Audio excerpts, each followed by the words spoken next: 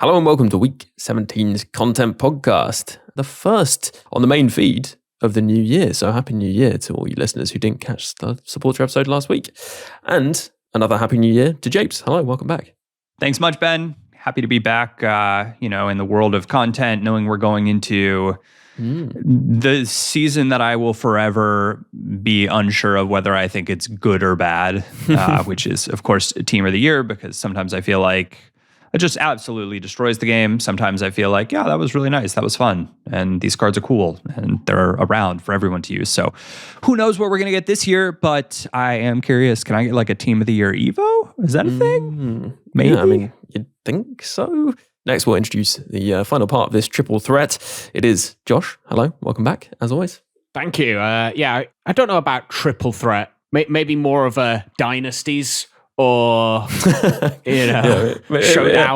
But yeah, no, good to be here. Happy New Year, everybody. And we're into it's Fire and Ice. Fire and Ice. There we go. Yes, a song of maybe. But yeah, no, happy to be here. And we are. I mean, Team of the Year is upon us, really. So voting opens very shortly. And everybody's going to vote for who they think deserves it based on real football, not based on the cards that they want to see, right? Exactly, as it is every year. That's why Kyle Walker's not even nominated. Yeah, it's going to be interesting to see how the voting pans out. And it will actually be interesting to see what we now know to be a full women's team, which is something that we've never seen, obviously, before, because we don't have women players in the game, but also means a lot more powerful players at this point in the cycle than we've had previously. And actually, we're going to get into current content in a second, but as we've started to talk about it, why don't we talk about what's coming? I mean, with Team of the Year being, presumably at least 24 players, do you think Jape's concern that you mentioned earlier, Josh, about the power curve being slightly ruined by it or it not being that accessible is likely to be somewhat mitigated by the number of players out there, because there'll be a lot of options and that sometimes helps reduce prices and makes players more accessible? I think if anything, it's not necessarily the fact we're getting two teams that could mitigate the effect on the power curve. It's more that EA have more tools at their disposal to differentiate and improve cards this year than they have done previously. And specifically talking about playstyles, we haven't had confirmation that Team of the Years will get 2 playstyle pluses, but it feels like the right moment to do it. I feel like we know that we can get up to 3 by the end of the year. Team of the Year would seem like the right point to kind of hit that inflection and go up to double playstyle pluses. And that might be enough of a differentiator that they don't need to be huge stat increases. It's always been, I'm in Jape's camp, it's always been, I feel like, a problem that potentially the best cards in the game kind of had to be released in January because it's the Team of the Year and it's more prestigious than Team of the Season because, there's fewer cards and it's always been a weird promo. And I just wonder if this year, I think the cards will still be outrageous, and if they do have that double playstyle plus, it will be the first, although not quite the first, I'm sure we'll get onto that, double playstyle plus cards in Ultimate Team. I'm kind of hopeful that it won't completely ruin the power curve and won't render your entire team kind of far behind as it tended to in the past. I do worry that the fact that there's more players than usual might mean that they're a little bit more regular in people's teams, and so therefore there is a chance it will leave your current cards a bit far behind. I think that is something to worry about, and also the prevalence of those massive icon SBCs that will be getting completed en masse because they last all the way through Team of the Year. Yeah, and those SBCs are looking fairly cheap in terms of the actual coin cost. I think because we've had some decent tradable packs in the store that people have been opening, that's also had an impact, as well as, I guess, the hype for Team of the Year on player prices. And although I think most people have quite untradeable teams, people do tend to have maybe 1 or 2 tradable higher value players that they put most of their coins into. And many of those have dropped, I think. But I guess we might see some rise, but could we see the market dip further as well, potentially, Josh? Is it worth selling almost? I don't know. I definitely think you could still see a further drop off, but I don't know how dramatic it will be. We kind of saw for a few years that like Black Friday caused a massive market crash, and then the market crash just kept getting earlier and earlier and earlier to the point where now it's just kind of like a slow dip. Whereas this has been a huge drop off maybe a week or so before. I do think for the kind of top level players that definitely won't be rendered useless, you could see quite a fast increase, because I know a lot of people kind of liquidate as they kind of finish over Christmas and have lots of packs saved up. And then once they finish opening all their packs, it's like, right, let's build my best team. And that's when you can see quite a dramatic buy up of cards, especially ones that link to team of the years that people may have been packing, the sort of defenders, goalkeepers, maybe a midfielder that's not as highly rated. Just keep your eye out for what you think you see people packing the most and the cheapest team of the years, who links to them. Those cards will probably get into slightly higher demand as you reach the back end of team of the year and people start setting their teams for team of the season. Yeah, actually, particularly the players who are more packable and people end up getting and want to get into their team that aren't maybe the easiest to link. Those links tend to do fairly well. Although chemistry is getting easier and easier with various mechanics. I'm sure we'll talk about the current campaign. Let's talk about saving packs for Team of the Year. I did save some packs for Team of the Year last year, and it did feel a bit like it wasn't really worth saving so many, because the options for SBCs where I could put the fodder that I was getting were quite limited. It looks like there are going to be more this cycle. I mean, you can see that with the current SBCs that are out now, which don't expire until after Team of the Year. But I'm kind of reluctant to do the same again. I think I'll save for a little bit before. But I was interested to know, Japes, do you have a particular strategy in terms of saving packs, or are you doing it already? What are your thoughts? I always wish when I get there that I had, because I just like ripping all of the upgrade packs during Team of the Year. But this year, what I decided is unless there is an SBC, like I like doing the gamble SBCs just because, like, you know, boxes of chocolates and life and stuff, you never know what you're going to get. Yeah. And maybe I'll pack the mythical Ronaldinho. But if there's not one of those at the moment, then I will probably just leave it, because I know during, team of the season, there will be, the problem is, and this happened to me during Black Friday too, where I like saved a bunch of packs and then I was forced into an SBC that maybe I wasn't super excited about. So like I did Salah at that point, and like Salah's been fine, but I'm also like, not overly enthusiastic about Salah. So you end up doing an SBC that you're like, this needs to be maybe a bigger SBC, because I got to like sink some coins in. And I oftentimes find that I am maybe like regretful of that. Yeah. Like really, I'm just saving them because I'm hoping that there's an icon SBC that I want to do, not because I'm hoping to pack a team of the season player. Does that make sense? Yeah. Because then I can throw all my duplicate fodder in at the right time and not have to like really worry about it. Yeah, that's a fair point. I mean, from one end of saving packs to the other end of saving packs. Well, at least in the past, I guess, Josh, you were a huge saver of packs for Team of the Year. But is that something you're doing this year? What's your strategy? Not quite on the Matt Foot trading level of saving packs from pre-order early access. He started saving packs for Team of the Year. I'm not quite on that level, but this year I've found it with the 83x10s a lot easier to convince myself to save for Team of the Year. And I think the other reason why I did it is that having completed Mbappe from just grinding the menus, the first player of the month, it was then like, I'm not going to do the second one, and all of the icons that would get into my team are all going to be available during Team of the Year anyway, and I'm probably going to want to try and pack a Team of the Year. None of the promos really caught my attention, neither Winter Wildcards or now Versus, and so I just started saving them, coupled with a bit of a League SBC grind, especially after the League SBCs got made a lot easier. And I always make a Team of the Year pack tracker spreadsheet every year that I put on my Twitter account. And I just started saving maybe like 2 or 3 weeks ago. Not everything, and not even like tradable packs initially. Like I like to open my tradable packs just to keep that coin flow going. And I've managed to get 7 million coins worth of packs saved, and we're still like 2 weeks out. I will say, if you've not got packs saved, firstly, 2 weeks is more than enough time to get lots of packs saved. But secondly, Team of the Year was never a 2 week promo. And last year was the first time it was a 2 week promo where every card was in packs for a full week, whereas previously it's maybe been 3-4 days and you'd have one day with a 12th man or maybe the weekend with the 12th man. And so saving packs because you had to open them all in this really fast window was actually quite a clever thing to do if you wanted to pack one. I also think the drop weight was a little bit kinder. Last year was the first year in a good while I've not actually packed a Team of the Year until, post Team of the Season when they get re-released. I think with a 2-week promo and with 2 teams and with the way EA have been filling objectives with fodder packs, giving us good repeatable SBCs, I do think that you'll actually be okay if you go into it with lots of coins and no packs. I still think you'll be able to open a whole bundle of stuff to try and get these players. So it's not something where if you're not doing it, you're going to massively miss out. You're just not going to have that initial kind of rush that somebody like myself would have.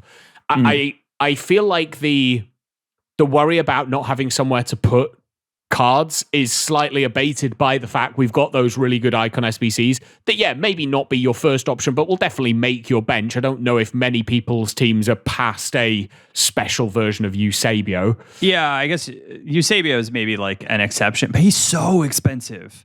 He is. I think you'd be surprised how quickly you started knocking his squads off if you had, there's 3 84x5s a day at the moment for just an 82 rated squad and a Team of the Week. If you don't have a Team of the Week, that's an 83 and an 82 rated squad to get one of those. So you can slowly build those up. And although, they're only 84 rated, probably 3 of them are going to be 84 pretty much every time. You're going to start really piling up that higher rated fodder. And if you say, okay, spend 150, 200,000 coins just to finish off a 𝘵𝘍𝘳 SBC, I think that's probably a decent trade-off in terms of using your coins.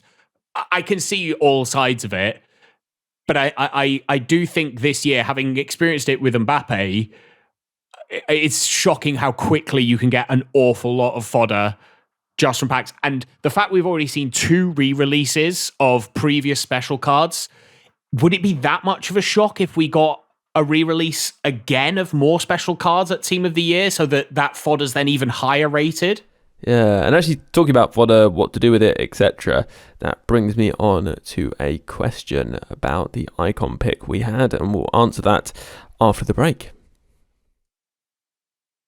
Hello, welcome back after the break. So, 𝘰𝘀𝑅𝑒𝑛, he asked, I'd be interested to get the thoughts of people on the pod about icon picks and packs being the best value in the game. I don't have any data to back this up, he says, but with an icon pack, you have a smaller pool of players included compared to other gamble packs and the various other packs we can open. Why spend millions in fodder on, say, 𝘵𝘍𝘳 when you can open a lot of icon packs for the same cost, or even just open a few and give yourself a chance at a top tier icon? Yep. Is that actually good value, do you think? Yep. I love the logic. Yeah, you think it? Yeah, well, I'm sitting here going, like, would I be happy to get 𝘵𝘍𝘳 out of a gamble pack? Sure. Would I prefer roll the dice? Say it's the pick 3, right? Or just for the sake of argument, because that's what we're getting. And they're what, like 300K? So if for the price of, like, what is 𝘵𝘍𝘳𝘳's SBC price? 2.5 million. 2.5 million. So say you can do 3 gamble packs per million coins, like loosely. Would I like the opportunity to see, call it like, if you're 3 gamble packs, you get 3 icons per. So for every million, you're seeing 9 icons. So would I like to shuffle through and see, call it 20 going for that like 500K, maybe 21 different icons in hopes that I might get one that I'm more enthusiastic about than 𝘵𝘍𝘳? Yeah, I'm going to take that 100% of the time.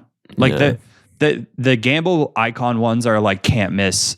They're put out at such a clip that you don't have to save. You don't have to spend multiple weeks like trying to complete a 𝘵𝘍𝘳 style SBC. And you get to roll the dice every single week. And it's like, would I roll the dice on an icon pick after every weekend league? 1,000% I would. 1,000%. Because that's where it's fun and where you could get a card that there's no way you're saving up the coins for. Yeah, it's funny what you say about using, I guess, what you get from your champs rewards, the untradables, in that pick or pack or whatever it is that might give you an icon, because that has basically become a champs reward for me almost. The fodder that I have at that point after I finish champs will go into a weekly icon SBC basically, and it's worked out pretty well for me over the couple of months that these have been running. But I think also it really could have worked out terribly, and actually I hadn't really got anything that would particularly improve my team over that time. But I don't know. I feel like you see enough players, as you're saying, that you probably will get someone who improves your team. Josh, do you think that this is a, I guess, efficient strategy almost, or makes sense? It depends how you look at SBCs, in my opinion. If you look at SBCs from a case of it's a 350k SBC, and therefore a 2.5 million coin SBC is 8 times that, or 7 times that, you can make that statement, and if you're spending coins, that would be true. But say for the current player pick, icon pick we have now, it's 2 87 rated squads and an 86 rated squad. They are the lowest rated squads of 𝘵𝘶𝗶𝘀. So when you're grinding to try and do a big card like 𝘵𝘶𝗶𝗀, where you need 88 and 89 rated squads, actually your 87s and 86s that you pack aren't all that useful for completing that top level. And so if you want to do those icon player picks as well as grinding, you're not actually taking much away from either of those things. Yeah, you have got a few 87 and 86 rated squads that you need to complete to get 𝘵𝘶𝗶𝗀. But if we do it as a 1-to-1 comparison, I think it's 5 87s, 4 87s, and 5 86s.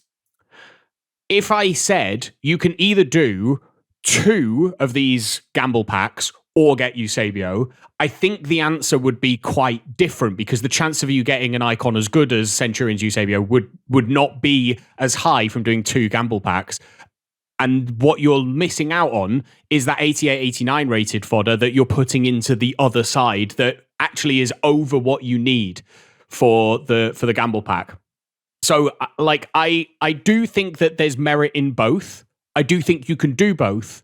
But I don't think you can consistently do, if you treat these icon picks as must-do SBCs, you're never going to do a big player SBC. And it's very often the people that do those party bag style SBCs, whether that be for previous promo cards or for icons. And I think icons I can understand more than the previous promo cards.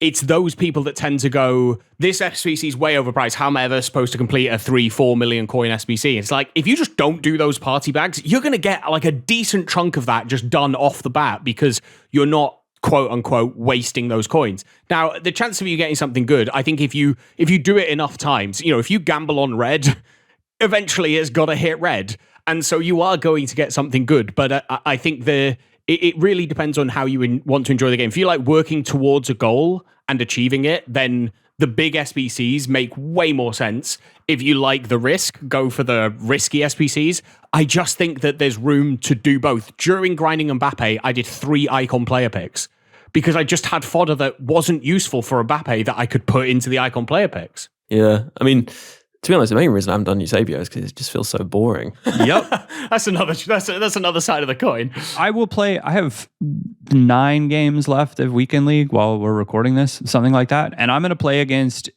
𝘵𝘶𝗶𝗀 and 𝘵𝘆𝗶 and over 50% of them at least. Yeah. Like, it's so boring. Yeah, it is frustrating in some ways that they released that 𝘵𝘶𝗶𝗀. I just think like he's just really annoying to play against. And it's funny because he doesn't have many playstyles, but he's just so meta that it doesn't really matter that much. Like, his stats are so crazy. I think the problem is they realized it, which is why we got this Maldini SBC. They released 𝘵𝘶𝗶𝗀 and 𝘵𝘆𝗶, and defensively it was like, Yeah, I think that's true.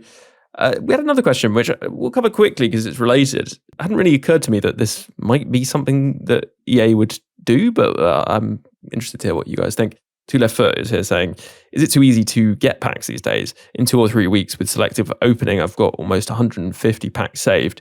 Are we essentially desensitized to those packs now? So the buzz we want from opening packs, we can only really get from the kind of crazy ones in the store. I know, Japes, you do spend some SC points on packs. Would you say that's something that you've experienced where you're like, oh, these packs aren't giving me enough of a buzz, I should go open packs from the store? No. I like ripping picks. That's all I really care about. Do you do the provision packs to do picks? I have. I definitely have. I don't really have an issue doing that. That feels a little more controlled though, doesn't it? I guess it's not really like going for one of the mad packs that's in store. What about you, Josh? I mean, has it tempted you at all to, open some packs because of those crazy packs you can get in the store? Not in any way, shape, or form. And pretty much solely because they're always untradeable. And whilst I understand the idea that it's a yearly cycle and so everything you pack is going to be worth nothing in 6 months' time anyway, I get that. The ability to play your own adventure and pick your own journey and sell the card that you've packed is quite important. If I'm going to spend money, that's what I want back from it. And the problem, to an extent, I think EA have, is the reason fodder, as we mentioned, is so low in value is because we've had a tradable 84x10 pack in the store that people loved opening because there was a chance you could make your coins back. So a lot of coins were spent on it. I'm just somebody who I don't think I'll ever spend FIFA points on the game. I don't mind spending the extra to get my pre-order bonus and to get those initial FIFA points, and I don't mind doing all of that because I just like being on the game early. But I'm not sure I'm somebody who will ever spend. Are we desensitized? I would say no, because I'm hyped at the idea that I have 270 83 plus rated cards in 27 83x10s to open during Team of the Year. And, currently 18 84x5s. By the time they're out of packs and I've got the extra ones that are currently in objectives, I'm going to have 40 84x5s. Am I going to be desensitized once I'm opening the 40th one? Probably.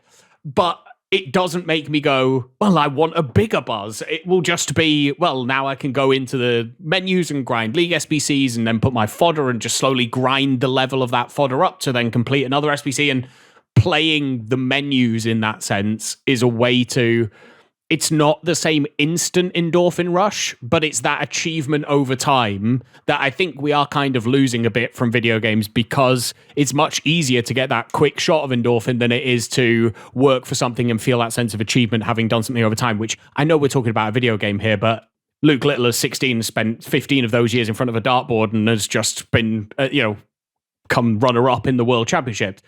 We can all find our own things to achieve, right? There are plenty of people that spend years in front of dartboards and never get to that level. It doesn't really matter. It's all about your personal achievement.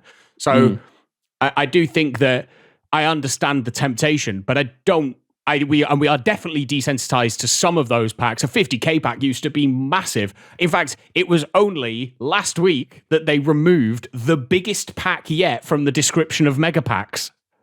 Mega packs. I never thought about that. So, we are desensitized to the size of packs we're getting, but I still think that the volume that you don't need to spend on is the thing that gives people the buzz still. Yeah. We shouldn't miss the irony of mentioning Luke Littler, because I think part of his reward is spending that money on packs for Team of the Year, apparently. So there we go. Yep. The only thing that I want from packs is I want to have to debate in my head more often whether or not I should consider spending coins on packs. I really want to spend coins on packs. And there have been a few times where I'm like, yeah, I'll pay 15, 20, 30, even 40K if it guarantees some, 84 pluses. How much would you pay to do an 83 plus player pick in coins? 20K maybe? No, that's quite a lot. Maybe 10K. 15 or less. See, that's the problem, is we're all sensitized big time to the idea of how valuable coins are relative to the price of like the packs themselves. And I just feel like I don't know, I want that to change. Yeah, it's an interesting point. Team of the Year always leads to these kind of conversations, and we'll probably have them more as we head into Team of the Year or during Team of the Year. If you've got any thoughts on that, then send them in all the usual ways. Before then, we do have versus Ice and Fire, and it's a 2-week promo. I think we're expecting 2 teams. We've already got a lot of players out there. It's an interesting one. We were going to do pound for pound first, but actually that probably wouldn't involve that many players from Ice and Fire. It's not like there are bad players, and some of these players have quite a lot of value. A lot of them are discard, but it just doesn't seem like a lot of the campaigns really interest people. I'm trying to think of the last time we really were excited to talk about a campaign on the podcast. It was probably Thunderstruck, I would say, maybe. The last live promo. Which was the last live promo, yeah. So maybe it is that element that gets people engaged. But because of evolutions, there's kind of build your own promo every week. Are there any players here that people wanted to mention? The concept, I guess, is an improvement on the last time we saw it because of, I guess, play styles, giving a bit more variation. But what are your thoughts, Japes, on this? Well, I just think like the point that you're calling out with it, Thunderstruck being the last one that like we kind of cared about. It's like it's all because like promos like that capture our imagination of what a card could be. Same thing why Evos are so fun. And when it's not like that, it's like it just sort of feels like at this point. Yeah, because it's not like I haven't used promo players. You know, like I mentioned about going out and buying 𝘵𝘵𝘬𝘐 and using him in a team. But I don't know, it's a weird one. I got Upamecano, untradeable. He's like 250k. It's the right back version. And I was like, oh, that's cool. You were like, cool. Yeah.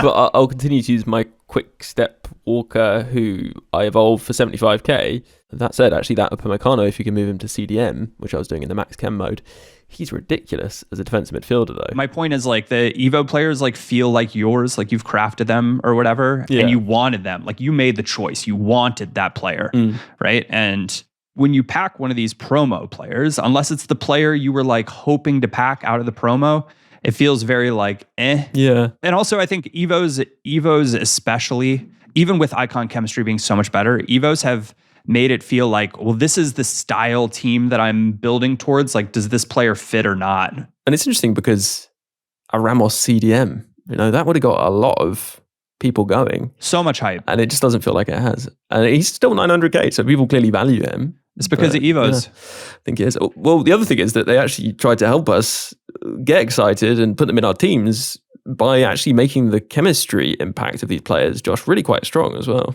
Yeah, but it's almost been entirely lost. Like, I've seen very few people talk about the fact that each of the squads gives a different chemistry boost. I didn't even know that.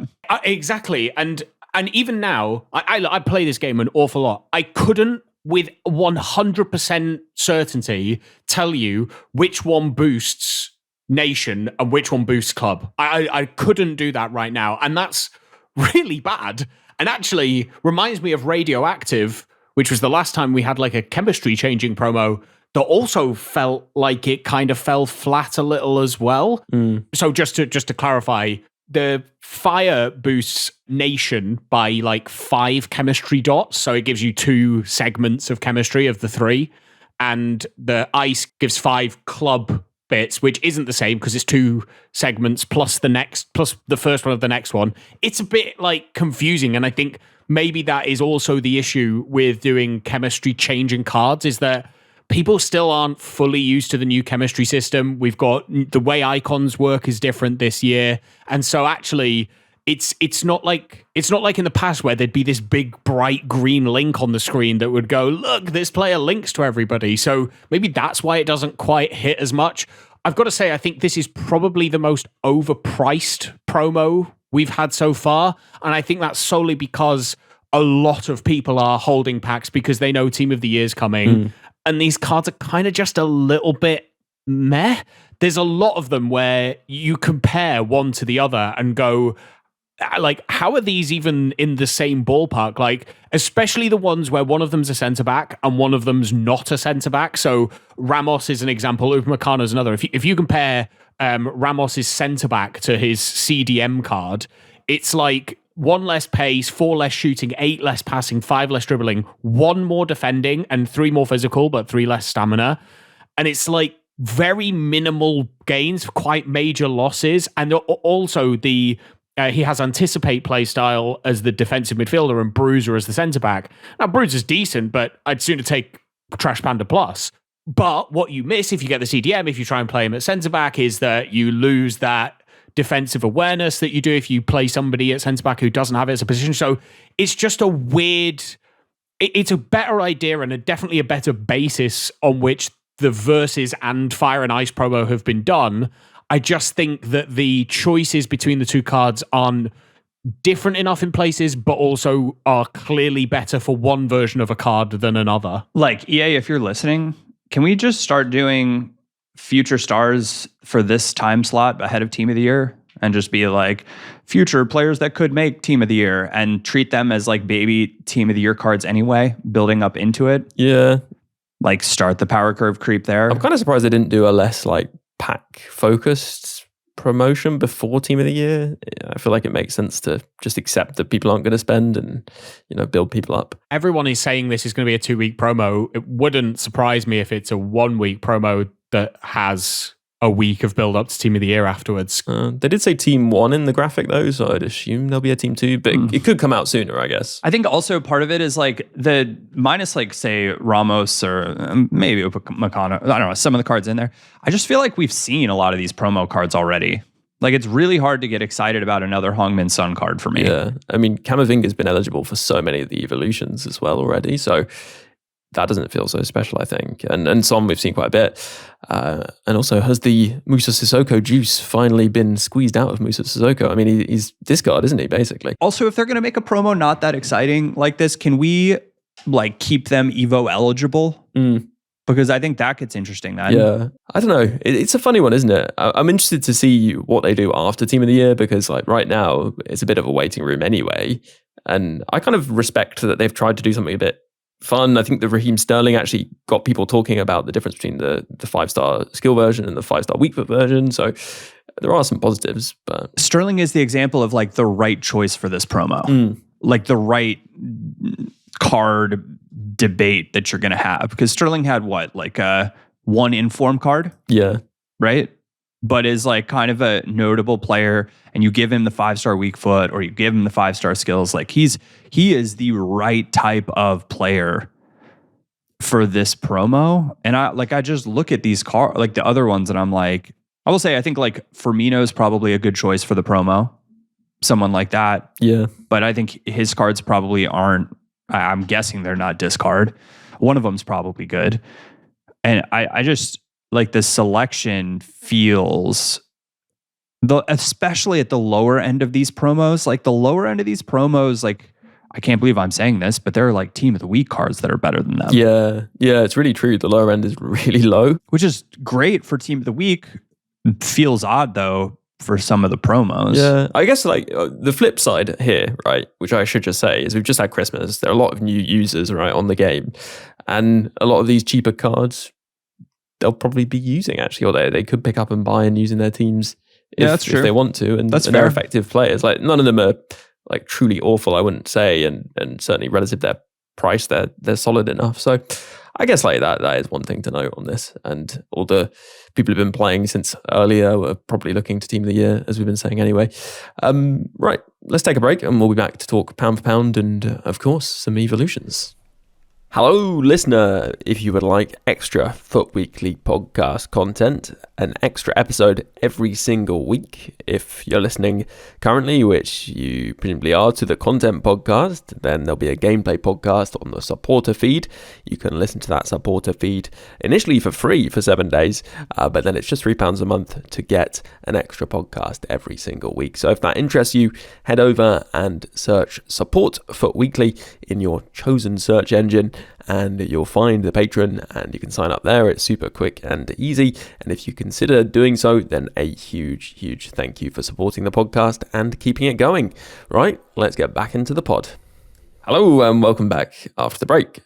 We are going to do a late pound for pound. Hugh, actually, who's going to be on the gameplay podcast, the supporter episode this week, picked out for us the winning pound for pound for last week, which is, drumroll please, Dumfries, which was Josh's, I think. So congrats to Josh. I'm surprised. I can't believe it wasn't Drogba.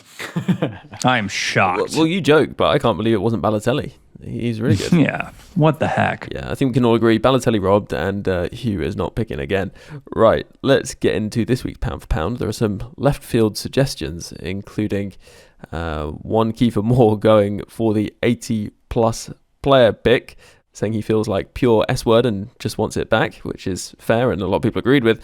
And then we have 𝗏𝗏 shouting out another supporter, a very long-term supporter, actually, his business, Slide Record Shop, because, there was a bit of a struggle recently with a particular business-related issue and he wanted to shout him out. And I thought, why not on this occasion? Won't always be able to do it, but it is a pleasure to do so. So you can check out sliderecordshop.com if you're interested in purchasing some records from a business which I guess indirectly supports the podcast. Right, let me move on to a more regular pound for pound suggestion, and that is the 87 Havertz left back winter wildcard from 𝘬𝗫𝗏𝗀𝘀. He says, having got back from holiday, time to look through and find possible upgrades for the team. Having used 𝗏𝗏 for much of the cycle and had the links for Havertz to swap in, I found no downside from the French defender. Equal crossing ability and being able to bully wingers like Salah and Son with the extra foot of height and aerial. Also, you're able to use him as an out-and-out left-back more comfortably, and you can move him into midfield when switching to 3 at the back. He's been very smooth in game. So a good starting point, and we'll move on to hopefully some more recent suggestions, actually. We'll start with you, Josh. Well, I'm glad I get to go first this week, and having spoken about the kind of slight letdown of the Versus promo in terms of necessarily great cards, I do want to pick an SBC. I'm going to leave evolutions potentially to other people, but I do want to pick an SBC, and it's David Trezegeut's Winter Wildcard Icon. Firstly, it's a special icon card for 100,000 coins of fodder. It's very low-rated fodder, so you're not going to be spending coins on it. If you do have some of that extra, some of that low-rated fodder, and you don't know where to put it over the next few weeks, he's there until March. And as an 88 rated, he's almost 𝘭𝑪𝑔𝑔𝑎𝑛𝑔. He's got 79 physicalities let down by his aggression, but he's just really evenly spread across the board, decent central midfielder. He's one of the few Winter Wildcard icons I felt like they actually made pretty good. His passing's amazing. His defending's pretty solid. Dribbling is absolutely where you'd want it for a midfielder. Decent enough pace. His shooting's 88 finishing if you've got a midfielder that you like to get into the box. He's got press proven, relentless plus, so you can have him go in all game long. 85 strength, power header and aerial, so a bit of an aerial threat as well. I've seen people use him at left back. I've heard of people using him as their central midfielder, cam, CDM. I think he's just a bit of an all-rounder, especially if you feel like you're going to have your team changing and just need that extra icon in there just to get a little bit of chemistry that can do a bit of everything. I think he was really good value, and I think a special icon for 100,000 coins would have been insane in years gone by. It's just a really, really good price for a very eminently usable player for somebody on a low budget. Yeah. An unexpected one, but a good one. What about you, Japes? Any particular standouts for you, pound for pound wise? I'm going to just do a basket of players, Ben, because that's the way I feel like doing it. I feel like we got a basket of interesting center backs this week as inform cards for the first time ever. Oh, yeah. So you got that's a good point, yeah. Dragusin, Ibanez, and 𝗏𝗏𝗏𝗏, who has I believe you can put into the keep up evolution, and he gets to be pretty beefy with a shadow. I think he ends up with 99 pace then. So, his default play styles, he's got power header, long ball, jockey, intercept, bruiser, aerial. So good ones there. And you can put him into his team of the week into the keep up upgrade if you like. If you're a West Ham fan, you're feeling pretty thrilled about that. He's got some tidy looking stats. His physicals are absolutely insane. So, I think if this is the route we're going with center backs, we need to see a center back evolution soon, or maybe the team of the weeks are going to start eclipsing them. Yeah, that 𝗏𝗏𝗏𝗏 is an interesting one because we're going to talk on the gameplay podcast about defenders, what makes them good, and his low defensive awareness and the fact he'd get jockey plus from keep up actually is very relevant to what we'll be discussing. But let me just drop in another evolution related pound for pound, because he's a player, Japes, that I know you've been a big fan of in the past, Felipe Anderson. Yeah. And I was noticing if you put him through Founders 2, the Founders upgrade, if you still have both of those, and the new finisher, then you get just a ridiculously well-rounded player. A lot of people are talking about Marlon. He looks really, really good as well. But Felipe Anderson has those defensive stats, which make him much more versatile. Yeah, and just to add to that, if you don't have the Founders Evos as well, I'm pretty sure his Centurions fits into finisher 1 or 2 and is like not exactly the same card, but not that different. You lose out on the 5-star skill moves, but other than that, it's pretty similar. You still have a 5-star weak foot. Yeah. So for me, I'm like, you're basically there. I think the Centurions is extinct at 65k, but you'll probably be able to snipe it. I don't think it's going to be ultra rare. The Felipe Anderson, though, that you get out of this, which in terms of stats, they're both quite similar, whether you're doing the Centurions or the Founders route, just does look pretty amazing. I mean, I was looking at him with a marksman. He's got 94 acceleration, 92 sprint speed. He's got maxed out finishing. He's got 93 shot power, 94 long shots, 90 short passing, 89 vision. His dribbling stats are pretty much all high 90s. And then he's got 89 reactions and 89 composure. He's actually quite strong. 82 strength, 76 aggression. He's got finesse, playstyle, actually regular power shot through this. 𝘬𝘃𝗲𝗏 plus, of course, first touch, rapid, flair. So it looks good. I think Marlon, who you can do through the same route, is probably a better option if you want a striker or a proper forward. But in terms of versatility, Felipe Anderson looks really, really good. They're two very good evolutions, actually.